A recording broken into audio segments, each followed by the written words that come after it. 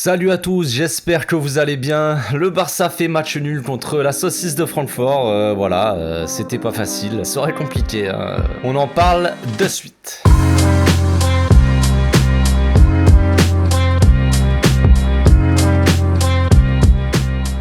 Au passage, n'hésitez pas à vous abonner, liker et commenter. C'est le meilleur moyen de me soutenir et ça fera plaisir à tonton. Match pas facile, hein, comme je l'avais dit, j'ai pas fait d'avant-match évidemment, pour ceux qui sont pas au courant, j'étais un peu malade, je suis toujours un petit peu, donc si j'ai une voix bizarre, c'est normal, ne vous inquiétez pas, c'est toujours moi, c'est pas mon frère qui fait la vidéo, mon petit cousin, non c'est moi. Donc trêve de conneries, match nul du Barça donc contre Francfort, match compliqué, première mi-temps surtout, comment dire ça, dégueulasse en fait, cette première mi-temps, qu'est-ce qui s'est passé? On aurait dit qu'on jouait contre le Bayern, enfin c'était incroyable, ils nous ont mis une pression et une intensité très grande, très grande, hein. On le savait, de toute façon la Bundesliga les gars c'est le championnat le plus intense, c'est le championnat où ils courent le plus à haute vitesse, donc voilà, quand on te met une grosse pression, bizarrement il n'y a plus personne. Donc on va commencer par le début, par la compo. Xavi avait choisi donc de mettre Araujo à droite, hein, vu que Dest est toujours absent et que Alves ne peut pas jouer. Piqué, Garcia dans l'axe et à gauche Jordi Alba, en 6 Busquets avec Pedri et Gavi, mauvais choix à mon humble avis, ça c'est très vite vu. Et en attaque, Adama, Aubameyang et Ferran Torres. Donc Piqué, le malheureux, n'est pas resté très longtemps sur le terrain, il a dû jouer 20 minutes et après il s'est blessé, hein. C'est ça de jouer avec une gêne à l'adducteur pendant des semaines, voilà, tu risques la blessure et quand tu joues des matchs comme ça à haute intensité, ça arrive. En plus il s'est blessé tout seul, bon c'est génial. Donc voilà, ça commençait très mal, franchement commençait très mal, ils nous ont mis une grosse intensité, ils nous gênaient à la construction, on n'arrivait pas à construire, on se faisait des passes dans notre moitié de terrain, ça allait, mais dès qu'on passait dans l'autre moitié de terrain, ça n'allait pas du tout. Le milieu n'arrivait pas. Busquets a fait un très mauvais match ce soir les gars, Busquets très mauvais. Le problème c'est en fait on a vu un Busquets comme en début de saison, en fait, avec une équipe qui a du mal à supporter la pression, une équipe un peu à la rue et un Busquets donc pas protégé on va dire du pressing et qui perdait, il y a eu beaucoup de pertes de ballons, je sais pas combien de ballons il a perdu le Busquets, mais dans le jeu long tout ça, par moment il a toujours des restes, hein. On a très bien vu que des fois il jouait dans le bon tempo, il faisait des bonnes passes dans le dos de la défense, tout ça, comme sur une passe pour Jordi Alba, une balle piquée, bon il y avait hors jeu, mais voilà, des petits trucs comme ça qui étaient bien, mais dans la globalité, dans le match en entier, Busquets a fait quand même un mauvais match, j'ai trouvé, mais bon, la faute à toute l'équipe en vrai, c'est toute l'équipe a fait un mauvais match, une mauvaise première mi-temps, mauvaise entame de deuxième mi-temps aussi, enfin bref, j'ai l'impression vraiment qu'on était dangereux, vraiment qu'en attaque rapide, dès qu'on récupérait les ballons et qu'on se projetait rapidement avec Adama, on va dire, hein, Adama frère, bref on en parle après, dès qu'on attaquait assez rapidement avec Aubameyang et Adama qui partaient assez vite, c'était un peu dangereux, vite fait, mais voilà, on avait l'impression vraiment que c'était que ça. Après, pour le reste, c'était compliqué, comme je l'ai dit, on n'arrivait pas à construire le jeu, on était gêné par leur pressing, enfin, en première mi-temps, il n'y a rien à dire en fait, il n'y a rien à dire, c'était immonde. En fait, on méritait même de perdre en première mi-temps, hein. On méritait pas de rentrer avec un nul au vestiaire, ça c'est clair. Donc voilà, si je dois résumer la première mi-temps, c'est manque d'intensité,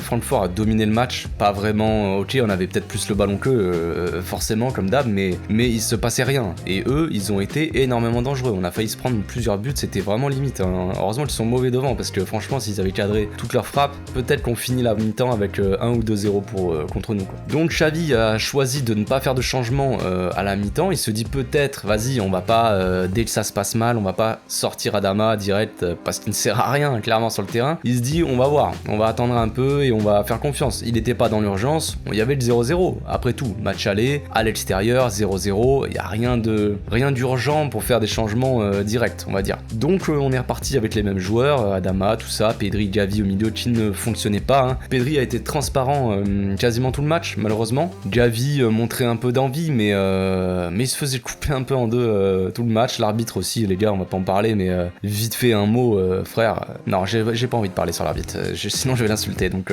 bref, donc ouais, Gavi, Pedri, c'était compliqué au milieu, ça ne marchait pas du tout, mais bon. Mais Xavi a voulu maintenir sa confiance en eux, et voilà, leur prouver je ne sais quoi, donc il a continué comme ça, ok, grand bien lui fasse. Donc très rapidement on se prend un but magnifique, hein, Ter Stegen ne peut rien faire, compliqué, de toute façon c'est un but logique, hein, mérité totalement, voilà, rien à dire. C'est là que Xavi décide de faire entrer Frenkie et Dembélé, et là, qu'est-ce qui se passe les gars? Miracle, ça change tout, ça change totalement tout le match, tout simplement. Frenkie rentre, déjà il t'apporte une certaine maîtrise au milieu, un certain calme, maîtrise du ballon. Quand il a le ballon, Frenkie, il va pas se presser, il va pas se ruer à l'attaque, on va dire comme Xavi, mais après Xavi c'est un peu la jeunesse, tout ça, donc voilà, mais il va pas se jeter, se ruer en attaque dès qu'il a le ballon comme ça, n'importe comment, non, il va réfléchir un peu, s'il a besoin de poser le jeu, il va poser le jeu lui. Donc Frenkie rentre, il apporte cette maîtrise au milieu, donc se calme comme je dis. Pedri, lui, se place donc à gauche, et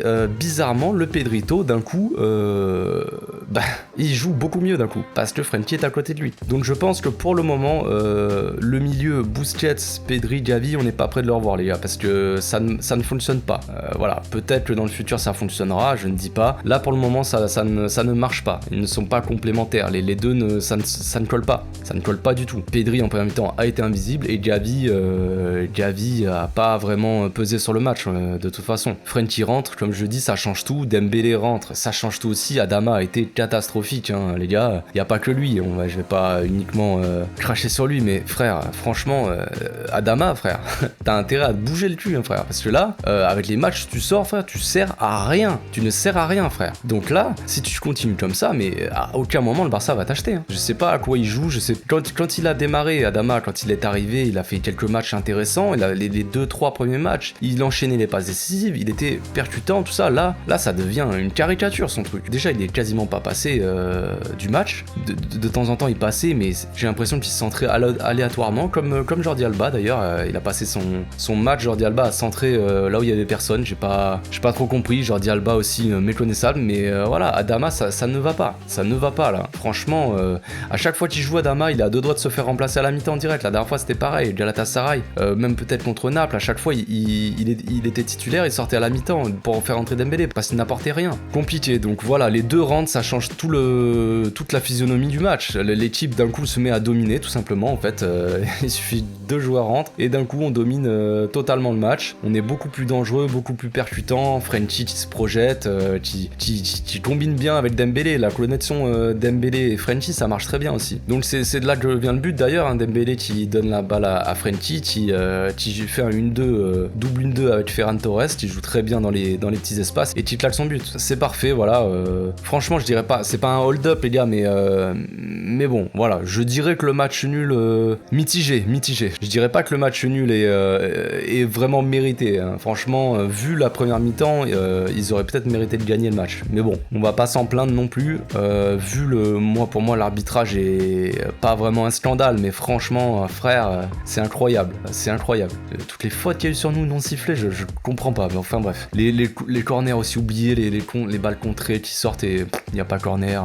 C'est bon, voilà, on va dire que l'erreur est humaine, hein, et que l'arbitre est un peu non-voyant, voilà, je ne sais pas. Donc le mot de la fin, c'est une question, j'ai envie de dire, c'est une question les gars. Comment fait-on si Dembélé se blesse? Comment fait-on si Dembélé se blesse pour finir cette saison-là? Parce que beaucoup me demandent si je crois en la victoire en Liga, si on peut croire à la victoire finale en Ligue Europa, tout ça, mais imaginez 2 secondes les gars que Dembélé se blesse. Comment on finit la saison? Parce que là, Adama, je sais pas ce qu'il fait, et le reste, voilà, Ferran, il est encore une fois décisif, mais avant l'entrée de Frenkie et Dembélé, le gars est inexistant, il nous a fait des dingueries encore. À un moment, il est dans la surface, je l'ai insulté un petit peu, j'avoue, mais frère, au lieu de faire un centre, il dégage le ballon, on dirait, genre, frère, non, c'est pas possible, tu peux pas être joueur de foot et faire des trucs comme ça. Donc voilà, là, c'était vraiment un match sans, concrètement, c'était un match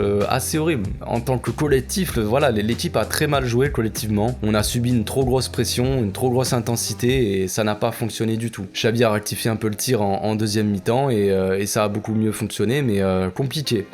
Je vais pas critiquer Xavi, il a voulu voulu faire une rotation et faire un peu souffler certains joueurs. Mais voilà, on sait que Adama Dembélé, c'est un match sur deux, c'est Adama il joue l'Europa League et Dembélé joue la Liga. Et là, le problème, c'est que Dembélé est obligé de jouer tout en fait. Et on sait ce qui se passe quand Dembélé il joue trop souvent. Donc attention les gars. Voilà, c'est tout pour aujourd'hui. Vous pouvez aller faire un tour sur mon Instagram les gars. J'ai mis une petite boîte à questions en story. Je répondrai à vos questions demain dans la vidéo d'analyse. D'ici là, passez une très bonne soirée les gars. Portez-vous bien.